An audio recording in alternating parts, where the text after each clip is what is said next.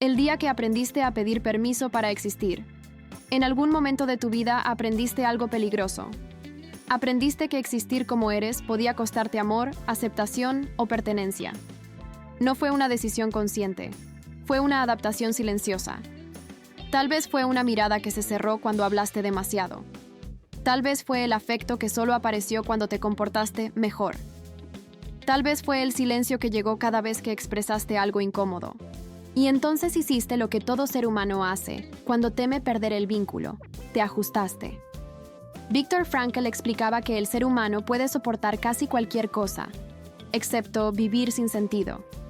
Pero cuando el sentido depende de la aprobación externa, la vida comienza a encogerse. No dejaste de existir. Aprendiste a pedir permiso. Permiso para hablar. Permiso para sentir. Permiso para elegir. Eso no era humildad. Era supervivencia. El problema es que lo que nace como estrategia temporal puede convertirse en identidad permanente. Y sin darte cuenta, empezaste a vivir como si tu vida necesitara autorización. Autorización de la familia. Autorización de la pareja. Autorización del entorno. Autorización del miedo. Frankl decía que cuando una persona renuncia a su verdad interior para preservar seguridad externa, aparece el vacío existencial. No un vacío ruidoso, un vacío silencioso. Funciona todo, pero nada tiene sentido. Sigues adelante, pero no te sientes presente. Cumples, pero no te sientes vivo. Respiras, pero no habitas tu vida. Y lo más peligroso es esto. Empiezas a creer que esa es la vida adulta, que vivir es adaptarse, que madurar es callar, que crecer es no incomodar. Pero la vida no fue creada para ser tolerada. Fue creada para ser vivida con sentido. Y el sentido nunca pide permiso. En el próximo tópico vas a entender cómo confundiste amor con aceptación y por qué esa confusión te llevó a vivir una vida que funciona, pero no te representa. Confundiste pertenencia con sentido. El ser humano no nace buscando comodidad. Nace buscando sentido. Pero en algún punto, esa búsqueda se desvió. Empezaste a creer que pertenecer era lo mismo que vivir con propósito. Que ser aceptado equivalía a estar en el camino correcto. Que si nadie se oponía a tu vida, entonces tu vida estaba bien. Viktor Frankl fue muy claro en esto. La aceptación puede calmar, pero nunca da sentido. Y cuando una persona vive solo para pertenecer, comienza a perder dirección. No tomas decisiones porque son verdaderas. Las tomas porque no generan conflicto. No eliges lo que te llama. Eliges lo que no incomoda. Así, poco a poco, la vida se vuelve correcta, pero vacía. Frankl observó este fenómeno incluso en situaciones extremas. Personas que sobrevivían, pero no vivían. Cuerpos que seguían adelante, pero almas que ya no tenían un ¿para qué? Ese es el peligro de confundir pertenencia con sentido. Pertenecer te dice, no te salgas del grupo. El sentido te dice, vive de acuerdo a lo que te llama, aunque camines solo. Cuando eliges pertenecer por encima del sentido, empiezas a pedir autorización para cada paso, no porque alguien te la exija, sino porque tú mismo dejaste de asumir la responsabilidad de tu vida.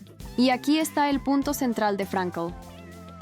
La vida nunca te pide que seas aceptado, te pide que seas responsable, responsable de tus decisiones, responsable de tus silencios, responsable de la vida que estás dejando pasar. Mientras esperas aprobación, el tiempo avanza. Mientras pides permiso, la vida ocurre sin ti. Mientras eliges no incomodar, renuncias a tu vocación interior. El vacío que sientes no viene de la falta de amor, viene de la falta de dirección. Y ninguna aceptación externa puede llenar ese espacio. En el próximo tópico vas a entender por qué sobrevivir no es vivir, y cómo muchas personas pasan toda la vida funcionando, sin haberla elegido nunca. Sobrevivir no es vivir. Sobrevivir es continuar. Vivir es elegir. Muchas personas confunden estas dos cosas y nunca se dan cuenta. Se levantan cada día, cumplen horarios, responden mensajes, sostienen rutinas. Todo parece avanzar, pero por dentro algo permanece detenido. Viktor Frankl insistía en una idea incómoda. El ser humano puede estar biológicamente vivo y aún así existencialmente ausente. Eso es sobrevivir. Sobrevivir es hacer lo necesario para no perder lo que ya tienes. no perder la aprobación, no perder la estabilidad, no perder el lugar que ocupas. Vivir, en cambio, implica riesgo, implica dirección, implica asumir que tu vida no es un objeto a conservar, sino una tarea a realizar. Cuando tu vida necesita autorización, lo que realmente ocurre es esto. Has renunciado a decidir y te limitas a resistir. Resistes el paso del tiempo, resistes el miedo, resistes el vacío, pero no avanzas hacia nada. Frankl observó que el vacío existencial no aparece cuando falta comodidad, sino cuando falta un para qué. Puedes tener seguridad y sentirte vacío. Puedes tener compañía y sentirte solo. Puedes tener aprobación y sentir que tu vida no te pertenece. Porque sobrevivir no responde a la pregunta esencial: ¿para qué estoy viviendo así? Sobrevivir es aceptar lo que viene. Vivir es responder a lo que la vida te pide. Y la vida no te pide que seas cómodo, te pide que seas responsable.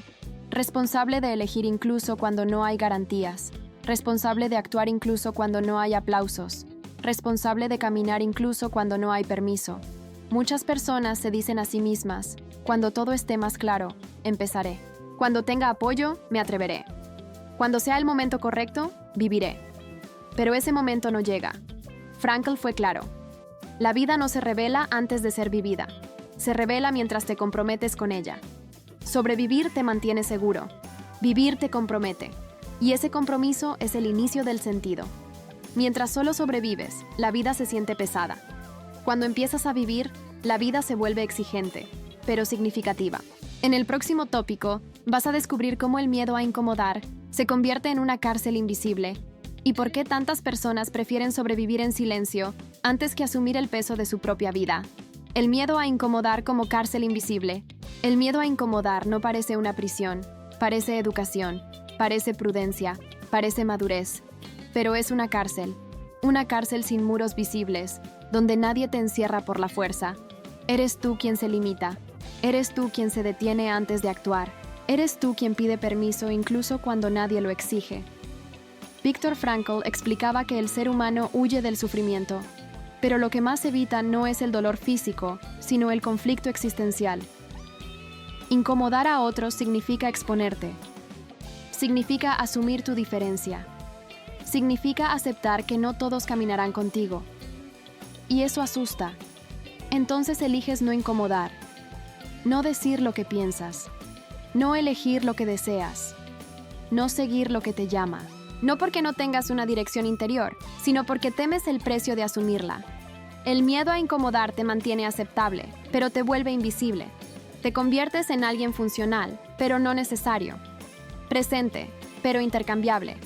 Frankl observó que cuando una persona renuncia repetidamente a su llamado interior para preservar armonía externa, aparece una forma específica de vacío, la sensación de estar viviendo una vida que no te pertenece. No estás en conflicto con otros, estás en conflicto contigo. Cada vez que eliges no incomodar, haces un pacto silencioso.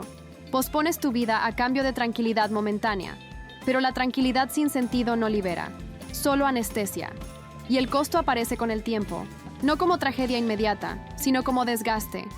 Te cansas sin saber por qué. Te irritas con facilidad. Pierdes entusiasmo incluso por lo que antes te motivaba. No es agotamiento físico, es agotamiento existencial. Frankl decía que el ser humano no se quiebra por el exceso de responsabilidad, sino por la falta de una responsabilidad propia.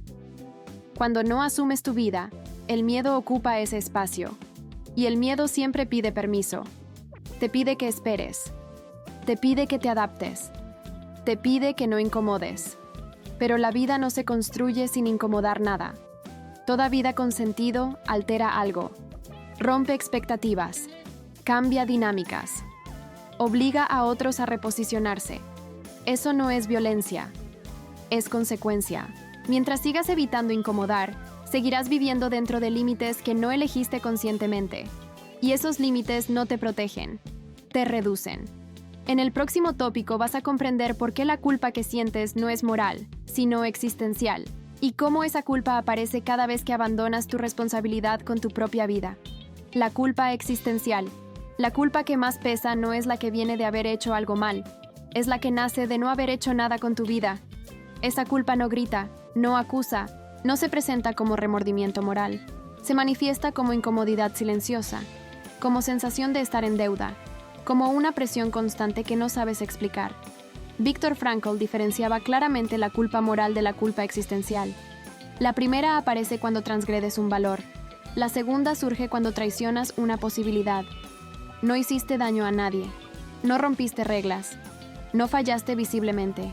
Pero fallaste en responder a tu propia vida. La culpa existencial aparece cada vez que eliges comodidad en lugar de sentido. Cada vez que callas lo que sabes que deberías decir. Cada vez que postergas una decisión que sabes que te corresponde. No es castigo. Es señal. La vida te está mostrando que hay algo pendiente, algo que solo tú puedes asumir. Por eso esta culpa no se va con perdón externo. No se disuelve con palabras bonitas. No desaparece con distracción. Solo se transforma cuando actúas.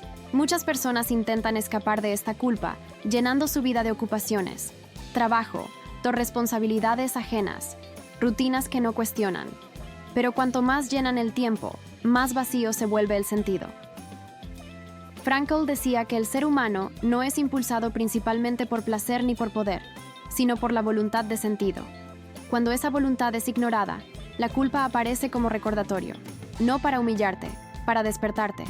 La culpa existencial no te dice, eres malo. Te dice, tu vida te está esperando.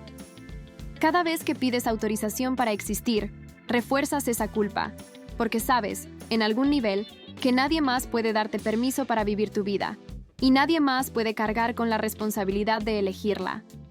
Esta es una verdad incómoda. La culpa existencial no desaparece cuando te adaptas mejor. Desaparece cuando asumes tu libertad. Libertad no como privilegio, sino como tarea. Elegir tu vida no es un acto heroico, es un acto necesario. En el próximo tópico vas a descubrir qué ocurre cuando el cuerpo empieza a expresar lo que la conciencia ha evitado, y por qué el vacío muchas veces se transforma en cansancio, ansiedad o sensación de desgaste profundo. Cuando el cuerpo habla lo que el sentido fue silenciado. El cuerpo no discute con tus justificaciones, no negocia con tus excusas, no entiende de aprobaciones externas. El cuerpo responde a la verdad que estás viviendo o evitando. Cuando una persona ignora de forma constante el llamado de su vida, algo comienza a manifestarse. No como una revelación clara, sino como una señal persistente. Cansancio que no se va. Ansiedad sin causa concreta.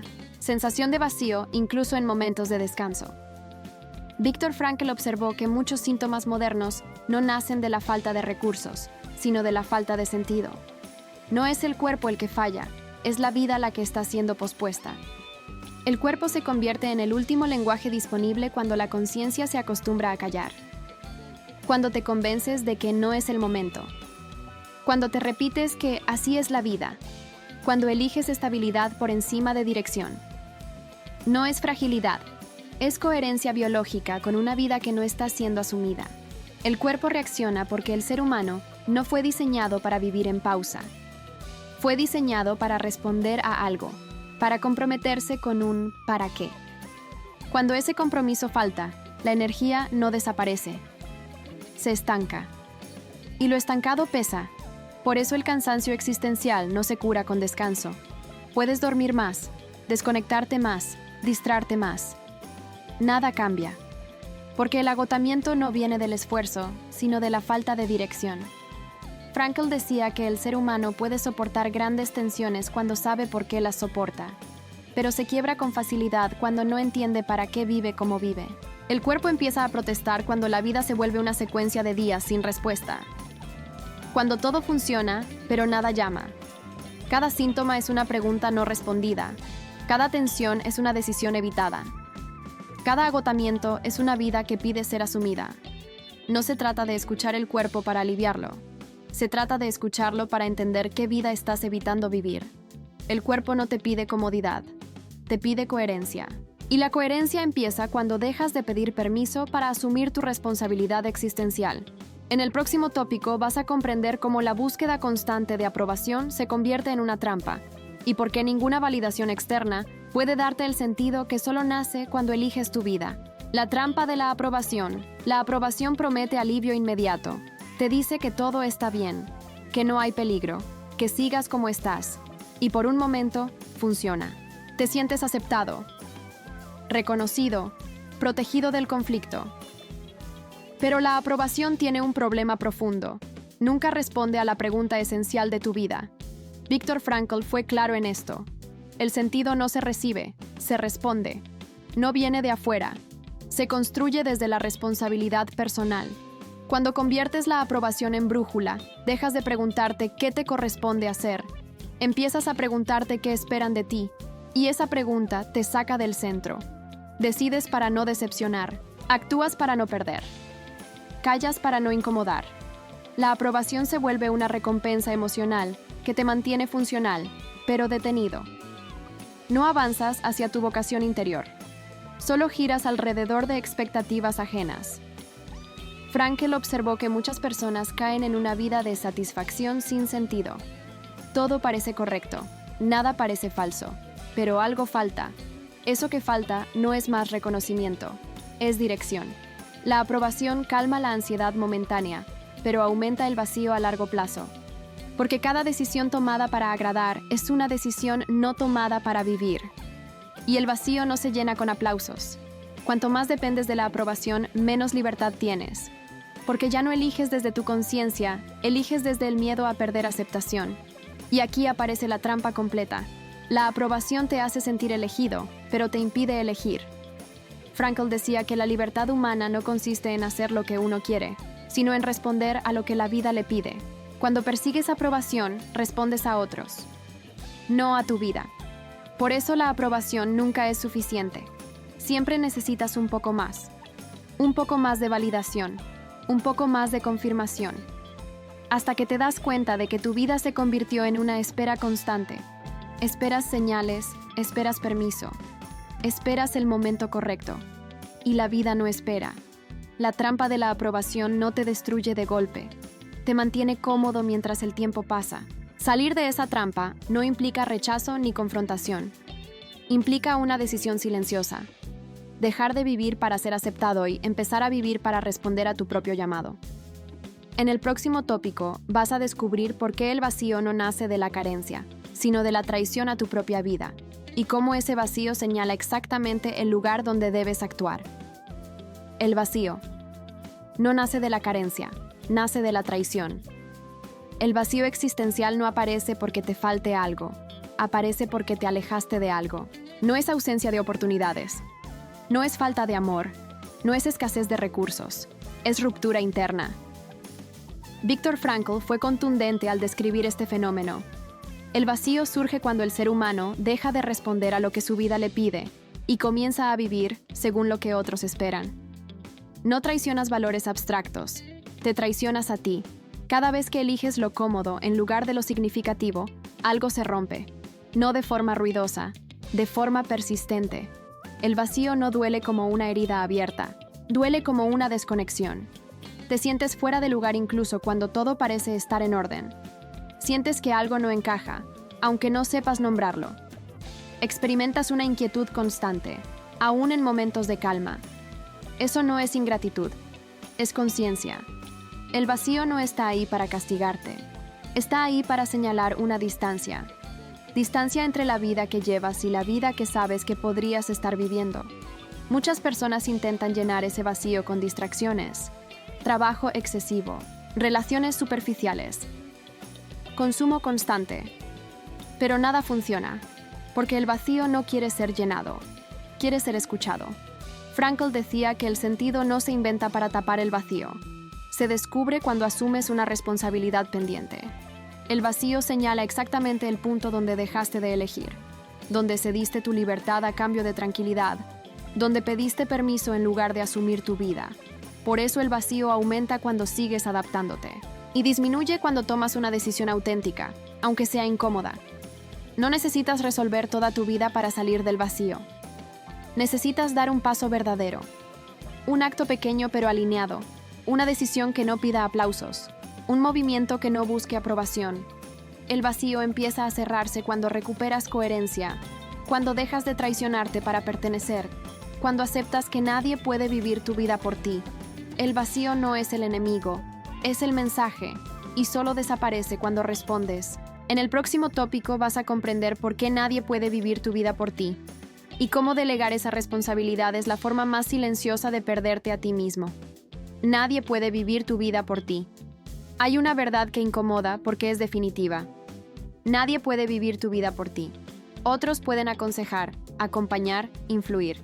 Pero nadie puede responder en tu lugar a la pregunta esencial: ¿qué haces con el tiempo que te fue dado?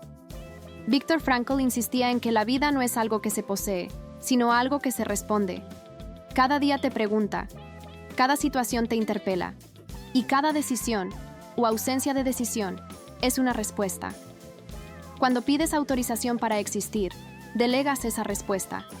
Esperas que alguien más te diga qué es correcto, qué es seguro, qué es aceptable. Pero esa delegación tiene un costo. Pierdes la experiencia de ser autor de tu propia vida. No eliges desde dentro, reaccionas desde afuera. Y entonces ocurre algo peligroso. Empiezas a culpar a las circunstancias por una vida que, en el fondo, no asumiste. El trabajo, la familia, la economía, el contexto. Todo se convierte en explicación. Nada se convierte en elección. Frankl observó que incluso en condiciones extremas, el ser humano conserva una libertad última, la libertad de adoptar una postura frente a lo que le ocurre. Esa libertad no elimina el dolor, pero le da sentido. Cuando renuncias a esa libertad, la vida se vuelve pesada. No porque sea dura, sino porque no es tuya. Esperar que otros vivan por ti es esperar lo imposible. Nadie puede asumir tus decisiones pendientes. Nadie puede cargar con tu llamado. Nadie puede responder a lo que tu vida te está pidiendo ahora. Y cuanto más tiempo postergas esa responsabilidad, más ajena se vuelve tu propia existencia. Asumir tu vida no significa tener todo claro. Significa dejar de esconderte detrás de permisos. Significa aceptar que no hay garantía, que no habrá aprobación universal, que siempre existirá el riesgo de equivocarte. Pero también significa algo esencial. Recuperas el eje. Dejas de vivir como espectador. Dejas de esperar señales externas. Empiezas a responder. Nadie puede vivir tu vida por ti. Y esa no es una condena, es una posibilidad. En el próximo tópico vas a descubrir qué ocurre cuando dejas de pedir permiso y el mundo comienza a reacomodarse. Y por qué ese movimiento externo es una consecuencia natural de una decisión interna. Cuando dejas de pedir permiso, el mundo se reacomoda. Cuando dejas de pedir permiso para existir, no ocurre una revolución inmediata. No hay aplausos, no hay celebraciones, hay desajuste. El mundo se reacomoda porque tú te has movido de lugar. Viktor Frankl explicaba que toda decisión auténtica introduce tensión en el entorno, no porque sea agresiva, sino porque rompe una inercia previa. Las personas se habían acostumbrado a una versión de ti, una versión predecible, adaptable, silenciosa. Cuando esa versión ya no gobierna tus actos, el sistema necesita reajustarse. Algunos se confunden, otros se incomodan, algunos intentan devolverte al lugar anterior. No porque te odien, sino porque el equilibrio antiguo les resultaba familiar. Aquí es donde muchos retroceden. Interpretan el desorden como error, la incomodidad como señal de que hicieron algo mal, el silencio ajeno como rechazo. Pero no es eso, es consecuencia. Frankl decía que el sentido no se negocia con el entorno. Se asume. Y luego, el entorno responde. Cuando eliges desde dentro, el mundo ya no puede tratarte como antes. No porque te impongas, sino porque ya no te diluyes. Tu presencia cambia. Tus decisiones pesan más. Tu silencio deja de ser vacío. Y eso obliga a otros a reposicionarse. Algunos descubren una relación más honesta contigo. Otros se alejan porque solo sabían vincularse con tu versión adaptada. Ninguno de los dos escenarios es fracaso. Fracaso sería volver atrás para restaurar una comodidad que te estaba vaciando. El reacomodo externo es la prueba de que algo interno se alineó. No se trata de endurecerte, se trata de sostener. Sostener tu decisión incluso cuando no es comprendida. Sostener tu camino incluso cuando no es celebrado. Sostener tu vida incluso cuando no es aprobada. El mundo se reacomoda porque tú dejaste de pedir permiso para ocupar tu lugar. En el próximo tópico vas a entender por qué algunas personas se irán y por qué eso también es sentido, no pérdida. Algunos se irán y eso también es sentido. Cuando eliges tu vida con responsabilidad, no todos permanecen. Y esa es una de las verdades más difíciles de aceptar. Viktor Frankl nunca prometió que vivir con sentido sería cómodo. Prometió que sería verdadero. Algunas personas estaban contigo porque te adaptabas, porque cedías, porque no exigías nada. No estaban conectadas a tu vida. Estaban conectadas a tu función. Cuando dejas de pedir permiso, esa función desaparece. Y con ella, ciertos vínculos. Esto no es traición, es revelación. Frankl afirmaba que el sentido no se mide por la cantidad de personas que te acompañan, sino por la coherencia con la que respondes a tu vida. A veces, responder implica caminar solo por un tramo. La pérdida duele. Pero hay una diferencia esencial entre perder compañía y perderse a uno mismo. Muchas personas prefieren quedarse donde no crecen para no enfrentar esa soledad inicial. Eligen pertenecer a costa de traicionarse. Eligen compañía a costa de dirección. Pero esa elección siempre cobra un precio más alto. Cuando alguien se va porque ya no te encoges, no se lleva tu vida. Se lleva una versión de ti que ya no existe. Y eso, aunque duela, es honestidad. Frankl veía en la pérdida una posibilidad de depuración existencial. No todo lo que se va es castigo. A veces es espacio para vínculos más reales, para conversaciones sin máscaras, para encuentros donde no necesitas justificar quién eres. El miedo a que otros se vayan suele ser más grande que la realidad de que se vayan. Porque cuando asumes tu vida, descubres algo inesperado. La soledad pierde poder cuando hay sentido. No estás vacío, estás alineado. Y desde ese lugar, nuevas relaciones se forman. No por necesidad, sino por elección. En el próximo tópico, vas a comprender por qué dejar de explicarte no es frialdad, sino dignidad, y cómo recuperar ese gesto redefine tu presencia en el mundo. Dejar de explicarte es recuperar dignidad. Explicarte constantemente parece un acto de cortesía, pero en el fondo suele ser una renuncia silenciosa. Te explicas para no incomodar, para no decepcionar, para no ser malinterpretado. Y sin darte cuenta, conviertes tu vida en una defensa permanente. Viktor Frankl hablaba de la dignidad humana como la capacidad de sostener una postura frente a la vida, incluso cuando no es comprendida. La dignidad no necesita convencer, no necesita justificarse, no necesita permiso. Cuando dejas de pedir autorización para existir, también dejas de explicar cada paso. No porque te vuelvas indiferente, sino porque empiezas a confiar en la legitimidad de tu elección. Explicar en exceso es una señal de que aún buscas aprobación. Es un intento de reducir el malestar ajeno para protegerte del conflicto, pero el conflicto no siempre es un error. A veces es el precio de vivir con sentido. Frankl sostenía que el ser humano no se realiza cuando es aprobado por todos, sino cuando responde con fidelidad a lo que su vida le exige. Y esa respuesta no siempre es popular. Dejar de explicarte es aceptar que no todos entenderán, que algunos interpretarán tu silencio como distancia, que otros llamarán egoísmo a tu coherencia. Eso no te define. Lo que te define es la claridad con la que asumes tu vida. Cuando no te explicas, algo cambia en tu presencia. Tu palabra pesa más. Tu silencio se vuelve firme. Tu postura deja de fluctuar según el entorno. No estás cerrando el diálogo. Estás cerrando la negociación sobre tu existencia. La dignidad no es rigidez. Es estabilidad interior. Frankl veía la dignidad como una forma de libertad madura. La libertad de no traicionarte para ser aceptado. Cuando recuperas esa dignidad, el mundo puede reaccionar de muchas maneras. Pero tú ya no te pierdes en esa reacción, porque ahora sabes desde dónde hablas. Y sobre todo, sabes por qué eliges. En el próximo tópico, vas a descubrir por qué el miedo no desaparece cuando eliges tu vida, pero deja de gobernarte, y cómo esa relación nueva con el miedo marca el inicio de una existencia con propósito. El miedo no desaparece, pero deja de mandar. Elegir tu vida no elimina el miedo, lo coloca en su lugar. Muchos esperan sentir seguridad para actuar. Esperan claridad absoluta. Esperan garantías. Viktor Frankl desmanteló esa ilusión con una idea simple y exigente. La vida no se vive desde la ausencia de miedo, sino desde la primacía del sentido. El miedo aparece cuando avanzas hacia algo que importa. No es señal de error, es señal de relevancia. El problema no es sentir miedo. El problema es permitir que decida por ti. Cuando pides permiso para existir, el miedo gobierna. Define el ritmo. Traza los límites. Dicta las renuncias. Te dice que esperes, que no es el momento, que podrías perder algo. Y casi siempre tiene razón en una cosa. Sí, podrías perder. Pero Frankl fue claro.